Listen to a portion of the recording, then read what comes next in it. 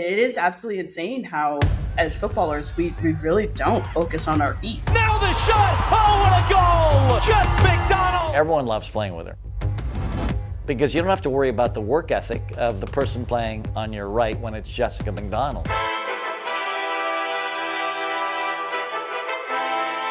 We didn't know how big this lawsuit was going to blow up globally. I'm talking global, the earth. Today, in a stunning move on International Women's Day, all 28 members of the team filed a gender discrimination lawsuit against the U.S. Soccer Federation. We started a global movement for all females all around the world. This wasn't even just about football. This was every career field. And a voice for so many women who deal with gender discrimination. It really was us against the world, but every stadium that we played in France, which was jam-packed, everyone's chanting, equal pay, equal pay. And we're looking like, holy, I have chills right now thinking about it. Holy crap. We did not expect it to blow up the way that it did. The United States of America are crowned champions of the world. I waited 31 years for that moment, and there were more setbacks and losses than there were success. And that's just what it takes to lift the trophy. You have no idea what I've gone through to win that trophy. Welcome to the Restore to Explore podcast from the Foot Collective. We're on a mission to empower humans to restore their natural health and function from the ground up, so we can all explore movement and life with freedom and confidence. Thanks so much for joining us on the Restore to Explore podcast, Jess. It's been a little while coming, being able to sit down and have this chat. It was really great to connect with you probably a few weeks ago now and hear a little bit about your story, but I'm really keen to share your journey with the Foot Collective community. So for people who don't know who J-Mac is, can you give us a bit of background, who you are, where are you from, and what's your journey been so far? Yeah, it's great to link up once again. I'm super stoked for, for this interview. So definitely one I was looking forward to. But yeah, I grew up in Glendale, Arizona in the United States. And I grew up at a very much so different time than, a lot of these kids. I grew up in the 90s. I was the only girl in my family. Until I was about 14 or 15 years old. I finally got my first girl cousin, but I have an older brother, Brandon. He's 2 years older than me, and obviously had all these guy cousins. And we were very active kids all the time outside. I mean, Arizona is one of the hottest places in the world. I can admit that.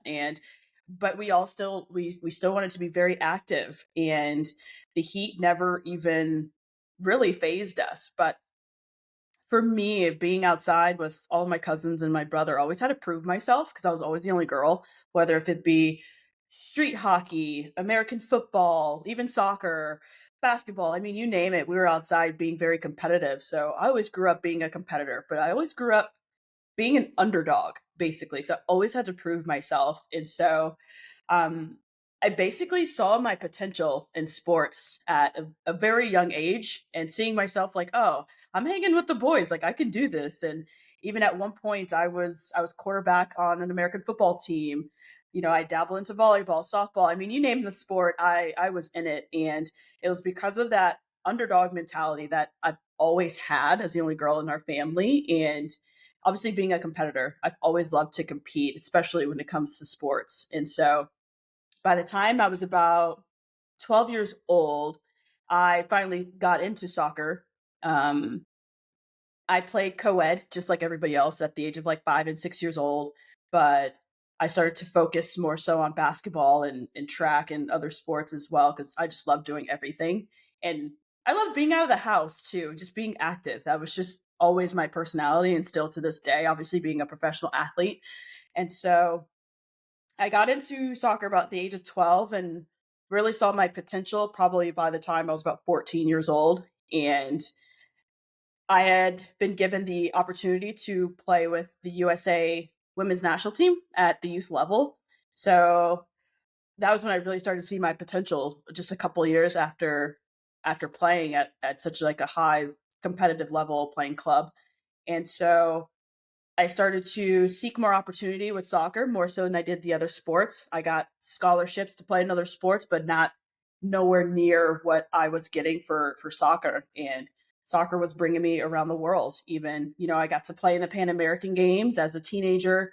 I got to play in CONCACAF, which is World Cup qualifiers at the U20 stage, as a teenager. And, being one of the first people in my family to even have a passport was just such a big deal, And so I was still able to play high school sports, even though club soccer was my priority.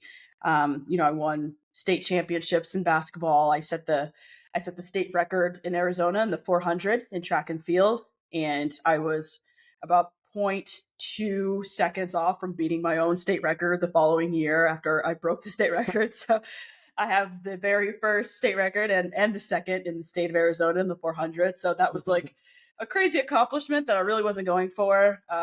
But it happened. But that just let me further know really my potential in sport. Like that, it's just always been my thing. I've always just been a jock, and so went off to college. My first 2 years in college, I played 3 sports: soccer, basketball, and track. And then finally, by my junior year, my third year, um, I finally just focused on soccer, and so I've been kind of running with it basically ever since. So I won 2 college championships at University of North Carolina playing soccer, and University of North Carolina is known as this powerhouse for women's soccer in college. We've won 22 out of like 30 something national championships in the history of women's soccer in college. So that lets you know how just incredible the program is. And this is like a funny story to tell, but being a Tar Heel has always been a dream of mine. But the only reason why is because Michael Jordan went there. Like, I grew up watching Michael Jordan and not for soccer. Like, I always wanted to go for basketball, but it was still a dream come true to obviously go for another sport, and being able to represent just in a different kind of way. So, got drafted to play professionally, and I became a mom my second year into being a pro. And I've been a pro for about 13 years now, which is absolutely insane to say. I've been playing football now for 23 years now officially, and I've been a mom out of 11 of those. And so within these last 11, 12 years, I became a 3-time professional champion, and also a World Cup champion in 2019 with the USA Women's National Soccer Team. Wow. Well, let's go back a bit, back to sort of the early days of the career. I mean, it must have been a different time for women's football when you were coming up through those ranks. I mean, and American soccer in general, it's had like quite a meteoric rise in the last 10 to 15 years. What was it like back then to what you see now? I mean, was there much of a profile around the game in the country? No, not even No, close. I figured that would be Yeah. the answer. Yeah. I mean, it's honestly like night and day, but it's obviously at the beginning it was really frustrating to be a part of, just because it's like, okay, I'm a professional athlete. Our locker room, we have hooks. There were some locker rooms that didn't even have showers. And there were teams that I played on where I had to take home my uniform and go wash it myself. And so, it's been an amazing journey overall, though, to see where it started and being a part of that start of it all, and seeing it progress the way that it has now, because people are investing in women's sport now. And it's been an incredible ride just to see the rise of women's sports worldwide, not just in the United States, but I mean, this is everywhere. It's literally global movement right now. And at the beginning, it was very hard. We weren't getting paid very much. I mean, our season at the time for the first like 5 years in the WSL was like 6 months long. Then we had to figure out a full-time job in the off season for the other 6 months. And imagine being a mom, single mom at that, like trying to figure out, life for my kid and I. And so I was able to dabble going in overseas. I did play in the W League, which is now called the A League in Australia. I played for Melbourne Victory, and also Western United this past year, which was absolutely amazing for their inaugural season, and played in the Bundesliga league in Germany in one off season. But my kid got to a school age where I couldn't go anywhere in the off season at that point by the time he turned about 6 or 7. So he was in school full time. So that made it a little more difficult to try and go overseas and play. But overall, yeah, the development of women's football or women's sports, this is all sports at this In general, point in yeah. general. Just seeing, the support that we've been getting over the years is nothing short of amazing at this point. Having a child so early in your career, I mean, it's incredible and remarkable that you stayed at the top and just made it work with that juggling act. How was that sort of that obviously challenges involved, but coming back from having a child and then, you know, raising a child while you're traveling all over the world and doing all these incredible things. What was that experience like? It was at the beginning of it all, it was probably more challenging than it was enjoyable. I knew at the start of my pro career, really as a young girl, that I wanted to be a professional athlete. Like I knew that that was my calling. And even when I became a mom, I was like, okay, I can't let this stop me just because of how hard it is. And the lack of support, especially my kid's about to be 12, imagine, you know, 12 years ago, all the way through about, I mean, they just started accepting moms globally, probably within the last like few years now. It just started getting accepted being a mom in sports, like being a professional athlete. It's never been a known thing to be a pro mom, basically. And so I lacked a lot of support. I really had to figure out a support system everywhere that I did travel to. So the first 5 years as a mom and as a pro, I got traded to 6 different teams in the NWSL. So this is like different states. I'm not talking about just like staying in one state and moving city to city. I'm talking moving different states in different parts of the United States. And as everybody knows, like the United States is a very large country, and so literally got traded from one side of the country from the East Coast, which was Chicago, Illinois, all the way to Seattle, Seattle, Washington, which is in the Northwest. So I had to figure out, okay, while not getting paid much, I'm getting paid probably about $15,000, a season being a single mom. Now I'm getting traded.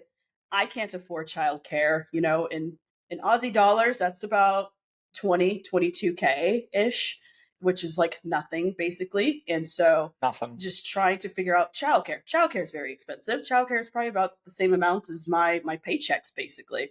And so there were days where my son would literally be sitting in his stroller on his own at training. I had a lot of days like that. And, during water breaks, I'd walk over, give him a bottle. During water breaks, I'd walk over, change his diaper as quickly as I could, and then get back into the next passing pattern with my team. And so that was like, that was the most challenging part. And so those moments made me really question myself as a mom. Like, gosh, am I doing things right? Because when you're a parent, there is no guide. There is no like parenting book that tells you like you're doing things right and wrong. Like you always have that worry, and you go with the flow as a parent. Like, okay, am I doing things right?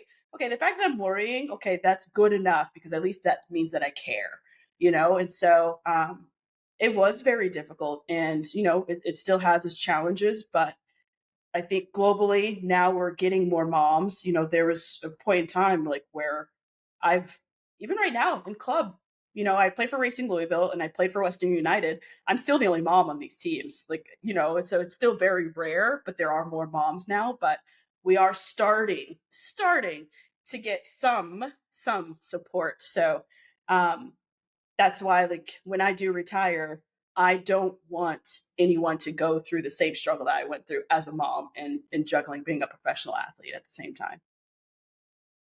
And it is a massive juggling act just in terms of, timelines. I mean, as a professional athlete in any sport, you do have sort of a deadline on when you can play until, and being a mother, there's a time clock on that as well, and trying to decide which passion you want to pursue or having to choose between the two, I can't even imagine. And I know at the recent World Cup, there was a lot of sort of praise and support for Katrina Gorry from Australia, who had had a child and returned to the game, and it was fantastic that was so well supported. But you know, it is now a different time where I'm sure salaries are still not where they need to be, but at least there are more support. So it's kudos to you for making it work. It's remarkable.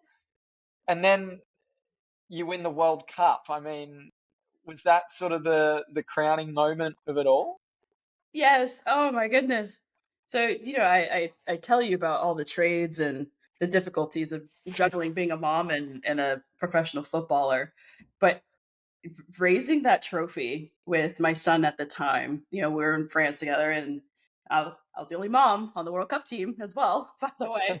Only mom on the USA team during that time frame too. So here I am still carrying that underdog mentality, trying to just make the roster, and we win it all. And it was people ask me this all the time, "What's it like winning the World Cup?" And I'm like, it was the most relieving feeling ever in my life because, I've gone through Relieving. yeah, it was such a relief. It just 'cause I'd gone through injury just like most athletes, just before I became a mom. So I fully ruptured my patellar tendon about in 2010, so 13 years ago, and it was a 2-year recovery. And in the middle of that recovery, I found out I'm pregnant with my son. So I'm recovering from two of the worst things and most excruciating things like you could possibly recover from, And so I look back at my injury, recovering from, giving birth, all the way through all the trades throughout my career,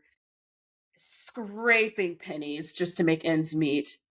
And then finally my dream comes true after all of that. And literally in that moment, as I'm taking photos of my son, he's holding the trophy up. I just looked at him at one point and I was like, buddy, we fucking did it. Like it was just like so much weight lifted off my shoulders. And obviously it was one of the best feelings ever, obviously, because of all the work that we put in. But just looking at really all of the setbacks and the adversity, throughout my career, I thought of it all in that moment. And I was like, thank God, it was a relief.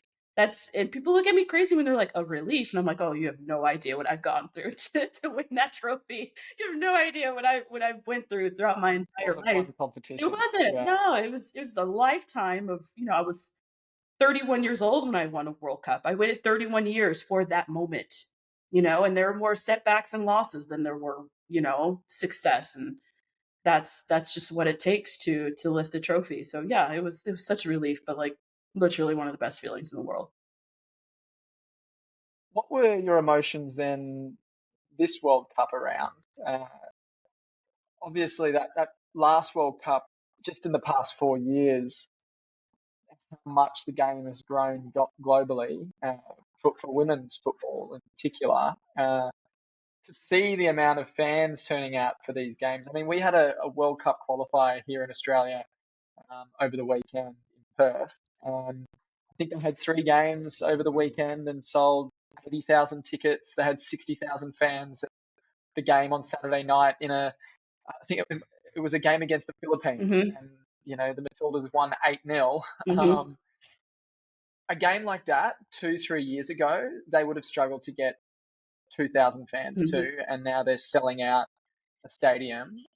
More fans are turning up to watch the Matildas play than to watch the Socceroos, the men's Australian football team, play. It's been a remarkable rise. I mean, I'm talking locally about the impact we've seen here, but you were part of the coverage and part of that World Cup. Can you tell me what it was like sort of 4 years on? Obviously, the previous World Cup probably felt like an individual, accomplishment to see what you'd individually achieved, but then to see what the game itself has grown to and what you've been a part of. Yeah, what were the emotions like for that? Oh man, if you didn't feel every emotion throughout the entire 2023 Women's World Cup, you were not a human being. That's literally what this World Cup brought was every emotion, every bit of drama that you could possibly imagine. And I noticed the change in women's pro football globally starting in 2019. And I firmly believe this because if you look at 2019 in comparison to 2023, it was like, okay, United States, we were expected to win again. We just were. And so um, going into that was something much bigger than us winning a World Cup. We started a global movement for all females all around the world. And that was when we had filed our equal pay lawsuit against our employer, which is something you don't hear about with women and their employer because I feel like it's always just been a man's world, basically, at the end of the day. And we saw the inequality of obviously our sport and our jobs in the United States. It's like, okay, we've been pretty successful here. Our men haven't. They're getting paid this amount, and we looked at the numbers and we compared and we're like, look, we're pushing 4 World Cups at this point now. We have a few Olympics here at this point. I think we've proven ourselves that, we deserve a little bit more than what we're getting here. Like what is this? And it felt like a slap in our face. So we took this leap of faith, which is something you don't hear about it like anywhere at any point in time for females to come together, sue your employer, and hope and pray that this does not affect your career. Because our employer, I mean, our lives, our careers, it's in their hands, basically. We don't like they didn't have to allow us to be there. And that was just a risk that we ended up making. And it was like, okay, we filed this lawsuit. Now we have to win the World Cup. We have no choice at this point, in 2019. And so once we saw, we didn't know how big this lawsuit was going to blow up globally. I'm talking global, the earth, like Earth's population for females in every career field. This wasn't even just about football. This was every career field because in the stadium, every stadium that we played in France, which is a whole different continent, a whole different country from us, and everybody hated us. Like everybody hated the United States and France, like it was just funny. It really was us against the world. But hearing every stadium, which was jam packed with supporters, everyone's chanting equal pay, and we're looking like, holy! I have chills right now thinking about it. Holy crap! We did not expect it to blow up the way that it did. And then after the World Cup happened in 2019, we see all these other federations of female footballers following suit. The Matildas did it. Sweden did it. I mean, I can name all these countries of female, footballing federations who you really stepped up to the plate and followed suit after us. And it was just kind of like, holy crap, we did not expect that to happen. And so now there's this recognition of women's football, like, hey, we deserve this. You know what I mean? This is a global fight. And we'd realize it was something just bigger than ourselves once, we had actresses, we had, I mean, nannies, you name the career, people were coming to us as players. Like we had all of these meetings and we had all these get-togethers with just like famous actresses. I mean, all different career fields, and they're just like, thank you for what you're doing. I get paid this much, and this is how much my coworker gets paid, but I work more hours than he does. And I'm like, I'm listening to these stories like, holy crap, it's not just us. Okay, what can we do to move forward here? And so I really think that with the Equal Pay Act, it really helps to set the standard for women's football globally. And it really helps set the standard for, all female career fields globally. And once women's soccer started to get that recognition, post 2019 World Cup, you just see this rise in fan base. Like, oh, there's women's soccer here. Oh, there's an A League in Australia. I mean, look at it now, post 2023 World Cup, and same thing happened in WSL. Once everyone saw the United States' potential, in 2019, after we won it, we got a rise in a fan base. We got more people investing in our league in the WSL in 2019. So, and you look at the numbers now, I mean, it skyrocketed. It's like night and day. And so now the same thing is happening for Australia. So the A League, just because the Matildas were a hit this World Cup, and they succeeded better than they have ever in the history, of the Matildas Federation. And so you will continue to see this rise in female football, as the years go. But I honestly firmly believe that it was that 2019 lawsuit movement that really helped, raise the bar. Yeah, the first domino. And Yeah. now look at it now. We're doing it. Yeah, it's so exciting to see, and just yeah, I mean, probably an emotion of relief again, just to say that finally something is changing. There's still a long way to go. I mean, I'm a diehard Chelsea supporter, and Oh, I'm sorry. yeah, I know. I had Just to bring kidding. it up. Wow, it's been a rough season. It has. Oh, yeah. It's been a rough season for the men, Yeah. not for the women. Yeah. The women are doing really Yeah. well. So, but I'm watching Nico Jackson, our new striker, who can't buy a goal, struggle. He's going to be heading off to the African Cup of Nations at the Hmm. end of the year for a couple of months, and he's getting paid 3 times as much as Sam Kerr, who Hmm. is consistently scoring and is recognised as one of the best footballers on the planet. And so, there is still a long way to go, but the fact that we are talking about these players in the same breath is you know is a sign of the fact that I think we are on the right path. And yeah, I couldn't echo your sentiments any louder about that World Cup and how amazing it was to be an Australian and to witness that locally, and the flow-on effect that we've seen to young footballers. I'm sure you'd be experiencing that at home. Just having a profile, and we were at a coffee shop after the must have been after the quarterfinal, and my partner goes, "Oh, that's Mackenzie Arnold, the goalkeeper." She would not have been able to name one female footballer before that World Cup, and now she's being able to spot them in a crowd in a coffee That's shop. awesome. So Yeah.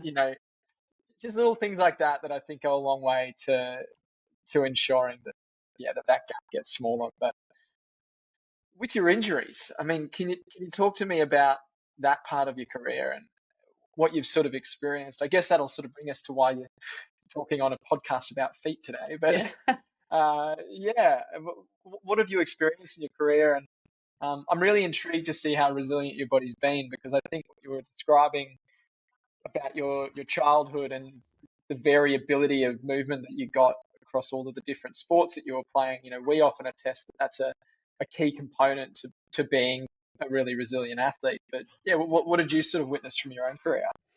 Yeah. So I had in 2010, so 13 years ago, I had fully ruptured my patellar tendon, which is a very, very rare injury. I mean, it happens in American football and car accidents, basically.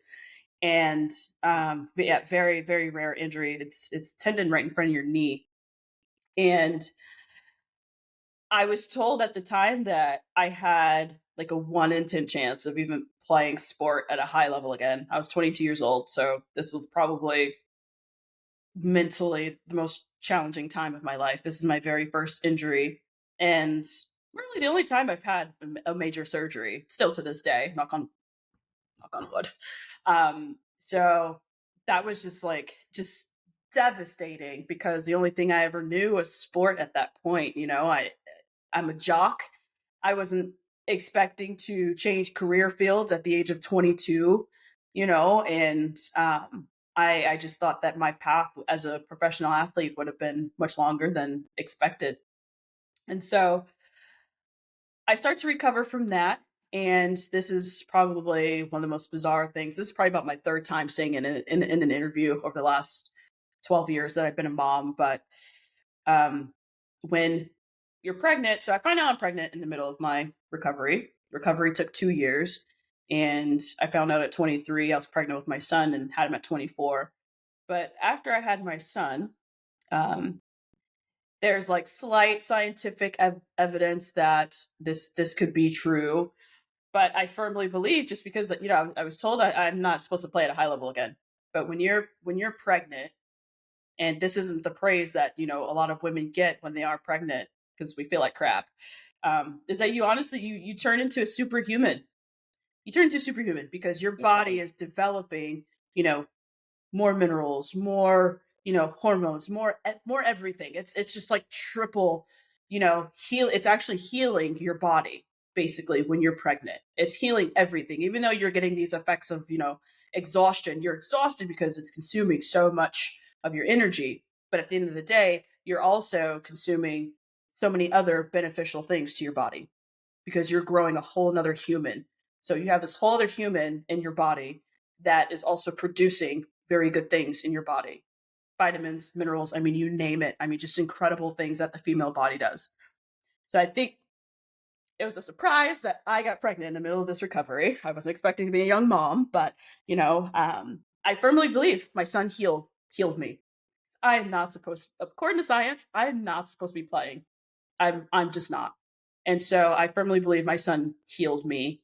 And because I started to feel better after I'd given birth to him, I was like, okay, I started training again. And I was like, okay, I feel good, and I haven't had a knee issue ever since, basically. And so one of my issues, I knew what it was my balance.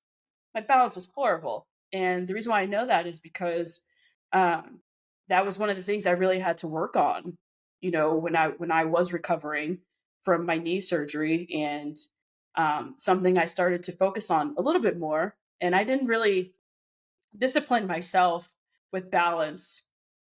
I only did for the recovery, just the sake of to recover from my knee surgery, basically. I was young and I was like, okay, I'm gonna just get through rehab and like start playing again. So that was basically my, yeah, check the box, and that's it. So here I am recovered. And then once I started to see um different soccer cleats over the years, I can't even say different soccer. I've been wearing Tiempos for probably about 10 to 11 consecutive years now.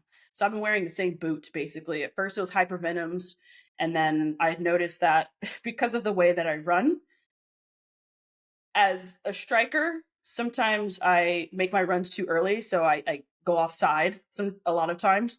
So when I slow myself down, I drag my big toe.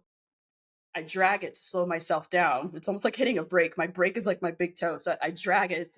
I don't know if any other athletes do this, but so I dragged my toe a lot. So the hypervenom's always broke. And so I had to find a new cleat that really suited the way that I run and slow down, basically.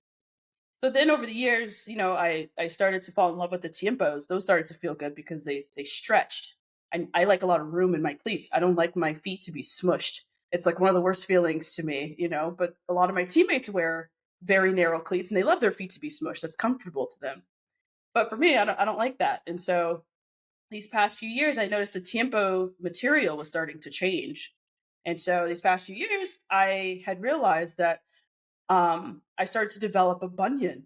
And I'm devastated because I take pride in my feet. I really take care of them just because basically my feet are my job, if you look at it. And so I try to do the best I can to take care of my feet. And so I was talking to a teammate one day a few years ago, and I was like, gosh, like I'm starting to get this bunion.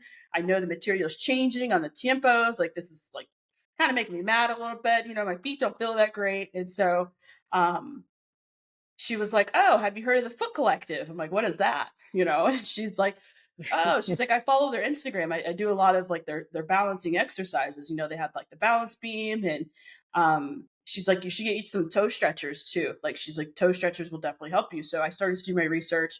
I started following the Foot Collective and got a balance beam immediately, and started using that more. So I started to strengthen my feet. And it's really funny because I've had these I wear toe stretchers all the time. I get made fun of by my teammates on the airplane when we're going to a game or coming from a game. I put my toe stretchers on, and I'm on my balance beam probably a couple times a week. And sometimes I even have my 11-year-old get on that thing. So I'm like, oh, no, I don't need for you to go through the same things that I go through with my feet, but I didn't realize over the last, I'm 35, realizing in my 30s that how important obviously balances and strengthening your feet really affects the rest of your body. It's like really head, shoulders, knees and toes, like everything's really aligned with each other. And so with the balance beam, I noticed that my hips started to strengthen, and now I'm seeing like all these ACL tears in female soccer over the last few years, and I'm like, oh Lord, like I've been really disciplining myself, trying to take care of my feet, because then it keeps everything else aligned, especially like from hips to lower back, whatever the case may be. Everything's just so connected, and so toe stretchers and that balance beam have been my pride and joy over the past few years now. And now I've had to change my cleats once again, and it's just because I need the space with my feet. But the toe stretchers and being able to use the balance beam have like really changed my feet tremendously. And I get made fun of too by my teammates with the toe stretchers, but also um I don't know if you know this, but athletes, we do something called prehab, which is activation. And activation normally consists of band work for really your hips and hamstrings and kind of getting everything warmed up, but we never work on our feet. So for me, I always have a band around my two big toes, and the Foot Collective has a lot of exercises on their Instagram that I do for prehab as well for my activation. So I work on my big toes. I do my big toe exercises with the band, and um, that's been like one of my favorite things. And people are just looking at me like, "What are you doing?" And I'm like, "I'm activating my toes. So don't you dare make fun of me." And yeah. It's We wanted to take a quick break from the episode to let you know about our ultimate free foot health resource. If you're listening, you've probably already started the journey towards improving your foot and movement health, but if you're still wearing conventional shoes most of the time, that's anything cushioned, heeled, narrow or rigid, it's kind of like taking one step forward and two steps back. Knowing what shoe is right for you though can be super confusing. That's why we made the Guide to Foot Freedom. We've taken everything our team of foot health experts have learned over the years and synthesised it into one handy manual, packed with all you need to know about unleashing the natural power of your foundation. You'll learn how to understand your feet, the truth about modern footwear, the 5 F's for finding natural footwear, plus a step-by-step guide with training videos to help you assess your foot function and improve it so you can safely and seamlessly transition into shoes that will finally give your feet freedom. The best part is, like I said, it's absolutely free. Just head to thefootcollective.com and click Learn to find the free ebook, The Guide to Foot Freedom. You'll find the link in the show notes. Now back to the episode. it's something that keeps coming up on these chats I've been having with athletes. I guess the looks and the giggles that you get from other teammates when you are doing your foot focused work. I mean, what you said before, your feet are pretty much the most important part of, your most important tool, particularly as a soccer player or a footballer. Hmm. When you look at other teammates' feet, I mean, I had a chat with a basketballer the other day who plays in the NBL here in Australia, and he's been on a similar journey to you. He's sort of a little later in his career and has just started working on his feet and big toe extension and getting that movement and strength back. And now he's looking at all of his teammates' feet through a different lens as well. Have you been noticing, I guess, issues with your teammates' feet, and how do you sort of broach that topic? Because obviously the information was passed on to you initially. Is it a tough one to sort of crack? It is, because this, oh gosh, I have teammates who were born when I was graduating high school. So I have a lot of young really young teammates who, through one ear and out the other. It's like, yeah, okay. And I'm like, hey, I'm pushing 36. Look at the career that I've had, and it's because of the things that I'm obviously doing with my body.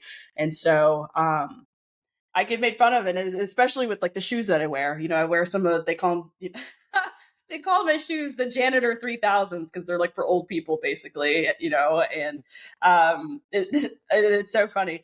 But I do try and tell a lot of my teammates who have these foot issues, because there are a lot of bunions in women's soccer, which I've noticed. I didn't notice people's feet until I started having issues with mine. I start looking down. I'm like, oof, yeah, you have it. I pride myself on my feet just because I see a lot worse, in my career. And so, um, I have approached a few teammates of mine, and I'm like, who've actually complained about their bunions, and I'm like, hey, you should do these exercises. I'll send them clips of the Foot Collective's Instagram accounts, and I'm like, hey, check this video out. You can do this in prehab. And sure enough, in the middle of my A-League season with Western United, I had a teammate that was sitting there doing her prehab and doing one of the bunion exercises in the locker room. I'm like, yes. And it was Sydney Cummings, and I hope she doesn't mind me throwing her name out there. But yeah, she's doing the exercises that I was showing her, and I was like, yes, that made me so happy because I do them too. But so there are some teammates who listen, some that don't, and there's a lot of teammates of mine who have plantar fasciitis that who are coming off surgeries who are much younger than me. There are some who haven't had surgery yet but having trouble just walking, and so I'm like, hey, maybe you should try this. This might help, But I do have some pretty stubborn teammates and friends, so yeah. It's a tough one when you're, I guess, at that level and haven't been exposed to it at all throughout your career. When you've been playing from your juniors, right through all of these competitive divisions and teams, and even at the national level, and you've never done any foot focus stuff. It obviously sounds like a really bizarre concept, but at its core, it's quite simple. If you're focusing on all the other parts of your body and trying to strengthen and mobilize and improve their function, maybe the things that you're walking and running around on and kicking a ball with should be looked after as well. But I also think, the boots themselves and how fixated the game is on the latest beautiful boot that's been released and style, because we are then just wrapping our feet in these, I guess, walking billboards. Very rarely do we actually get to love the feet that are inside them. We're so fixated on the boot that goes around them, and thinking that that's the technology that's going to help us perform the best on the field. It's like, well, it's got carbon fiber and it's super lightweight, and it's designed to help you kick the ball better. And it's like, well, yeah, but how does the thing that's actually doing that work that's inside the boot function first? Because it's all well and good to be able to play for 70 or 90 minutes, but then not to be able to walk after that. Yeah, I think what we're trying to do with conversations with people like yourself and other athletes is be like, okay, it's great that you can play at the current level you're playing, but what if you could get more out of your game currently by just doing a little bit extra? And it doesn't, like you've said, it doesn't have to be a lot of balance or foot focus training that you're doing to start seeing results. The basketballer we spoke to last week isn't doing much, but he's like, oh my God, my big toe can move. I'd forgotten that my big toe could move. So just little things like that. And then, for someone like yourself who's coming towards the end of her career, it's what happens after that career that really you've got more than, you're not even halfway through your life, and you need to be able to live post the game. And a big part of being able to live is being able to move and walk around and run around the earth and play with your kids. So, while it's all well and good to sort of joke about it in the change room and laugh at your wild toes or your toe spreaders, yeah, I think that is a real big part of why we want to have these discussions, because we got to destigmatize the feet. Absolutely. I 100% agree. Even though I get made fun of, I'm like, hey, I'm still trying to spread the word and help you guys out. So hopefully at some point it'll resonate with my younger teammates. But it is absolutely insane how, as footballers, we really don't focus on our feet. Now that I really think about it, it hasn't been a mandatory there haven't been mandatory exercises whatsoever that have to do with our feet, and that's really the most important body part, especially in our careers. And so I think that's something that we can continue to have a discussion about with as many people as possible. But I think it starts with our trainers and really people like that who know more about the body than most of us, but probably start realizing how important the feet are as well, because there's a lot of ankle injuries as well. And I really truly feel like it starts with the feet. Once you strengthen your feet, then everything else just kind of falls into place. And so I'm just happy that I was introduced to the Foot Collective because that's given me a longer career at this point, being 35 and still being able to play 90 minutes without, you know, coming out of my boots and having a hard time walking, which at the beginning of my bunion days was a very difficult thing to do after trainings and after games as well. So ever since I started really focusing on my feet and being cognizant of that, um, I've been a lot more comfortable being able just to walk out of my boots, post training and post game as well.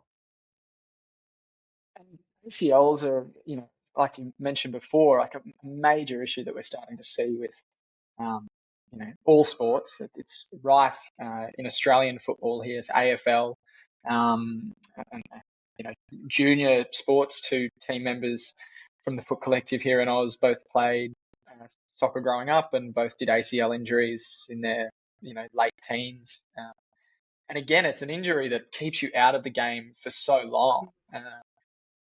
And it's one of these things where, like, I'm sure you probably noticed with the balance training that you've been doing, like, while yes, it's foot focused, like you were saying, you can feel that the rest of the body is sort of rewiring and just falling into line. And I guess the hard thing to communicate to young athletes about the importance of something that, I think injury prevention is something that's really hard to communicate to people, because until you get injured, you don't understand the value of trying to prevent that injury. And when it's not something specific, like doing balance training, you're like, well, I can't necessarily really feel my knee working, so that's not going to protect me from, an ACL injury. Or, if you're not doing ankle focused mobility, then that's not really going to, help me from preventing an ankle sprain or an ankle injury. But yeah, trying to communicate the importance of having that whole body coordination to players so that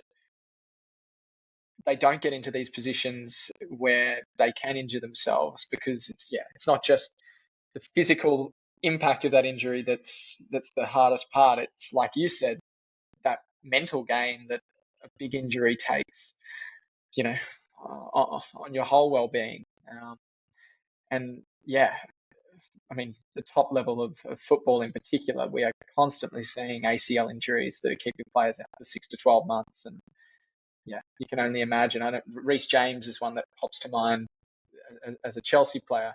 Frustrating as a fan watching him constantly being injured and being out, but I can only imagine, and I see it, a very brief view of it through Instagram posts when he does suffer another injury, like just the torment it must take on athletes. I'm not sure whether you've seen it with your own teammates as well, but it must really take a toll. Absolutely, because it's your job, and for I can't speak for everybody, but this is something that we really love doing, and for an injury to keep us or prevent us from continuing doing what we love doing, that could really cause a serious hardship, especially mentally. And so it's like, okay, how can we be cognizant of preventing this from happening? Because I think that should be more of the discussion now with, all of these ACL tears. I mean, Neymar just tore his, and I'm like, oh my goodness, this is really like a it's a global thing that's happening right now. And so it's like, Mm. okay, why is this happening right now? Can we kind of hit a reset button? Like what is this? And I I think that over the years, like for me, knowing my own body, I know how and know what I need to do in order to prepare, basically. And like, praise God, I've never torn my ACL. Like, obviously, I had one major injury, and I've prevented that from prevented that from happening. But like, just because I know my body, and I'm like, okay, I'm gonna go out there, with more mental strength, going into games, going into trainings, giving it my all, but also how can I prepare myself in order to do that? And and it has a lot to do with nutrition. I mean, we can go on and on for days about the things that athletes need to do in order. It's not one thing, It's of not just one course. thing. Yeah, Yeah, it's not just the feet. no. It's like it's everything else. So yeah, But if you're doing everything else, then adding something like, or if you feel like you're doing everything else and you find out there's something that you're not doing that isn't that hard to add in, yeah, I think that's the secret sauce. It's like, I'm sure a lot of players at the top think, well, I'm doing everything I possibly can be performing at the top. And I just challenge them to say, well, are you spending 5 to 10 minutes a day working on your feet and your balance? And if you're not, add it in and see what happens. Hmm.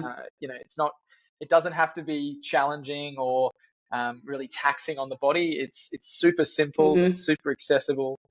We've got a heap of free training out there that that athletes can give a go. You don't need any tools. I mean, the tools make it more fun and mean that you can see more progress. But just starting with simple, foot and balance exercises on flat ground, you can start doing something. Hmm. Um, and hopefully then we get to a stage where you're not the weird one, Jess, and Amen. everyone. Yes. But yeah, well, before we go, I did want to ask about the next chapter because I think you've got an exciting new chapter that's it's underway. But yeah, do you want to share with everyone what's about to be going down? Oh yeah. Oh man, I have a little bun in the oven. Can't say it's little anymore, but yeah, I'll be expecting my I've second. seen the photos. It's not little. Yeah, not little at all.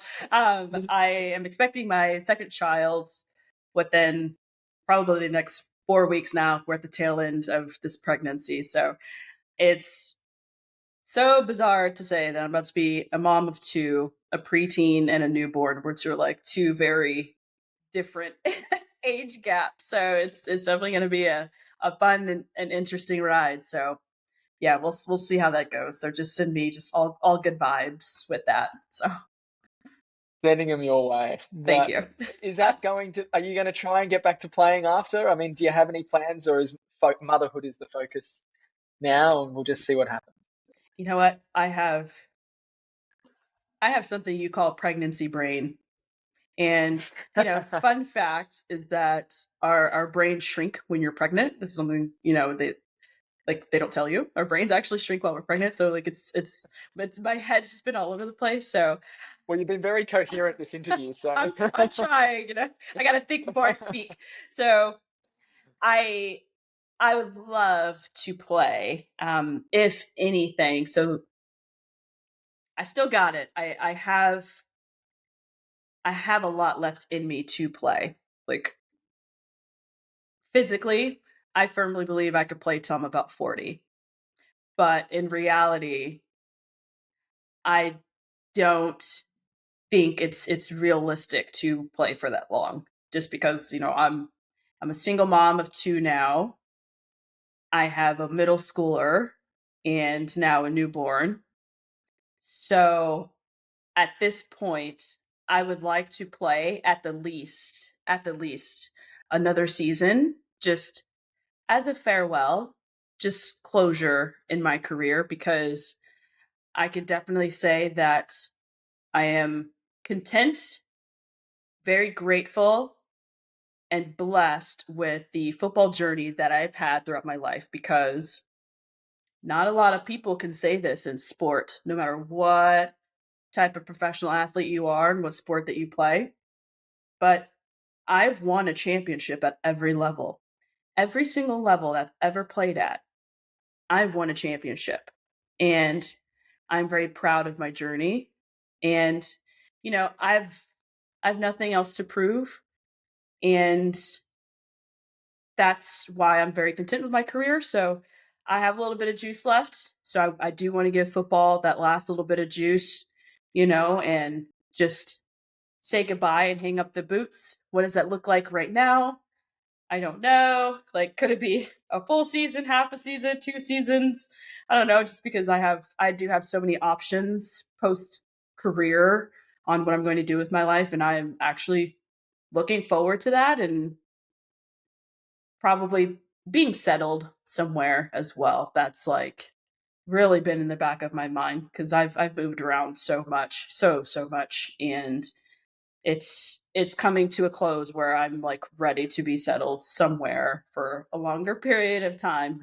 So that's another thing. So um I have a little bit left, so we'll see what that looks like, within the next year or two. So I'm hoping to, put the boots back on probably around like New Year's, and then just see how it's going to go and look at my options playing wise. But I am looking forward to post career as well, which is it'll be coming up very soon. You've earned it.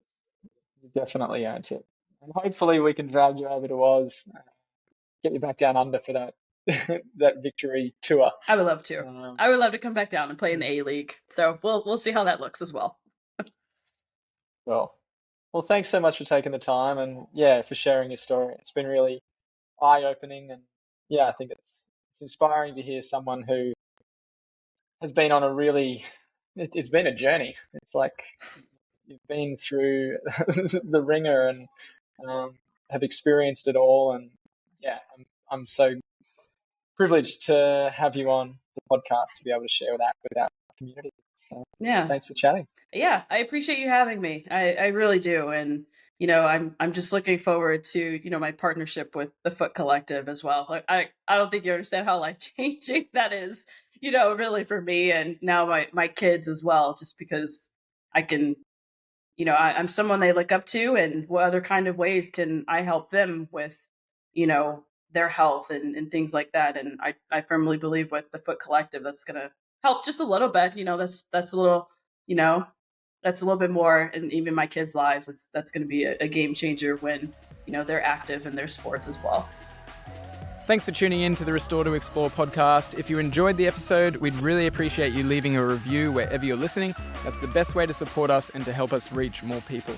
If you're after more free TFC education or training, looking for any of our TFC tools, natural footwear discounts, or you want specialized guidance on your foot health journey from a trusted TFC health professional, head to thefootcollective.com.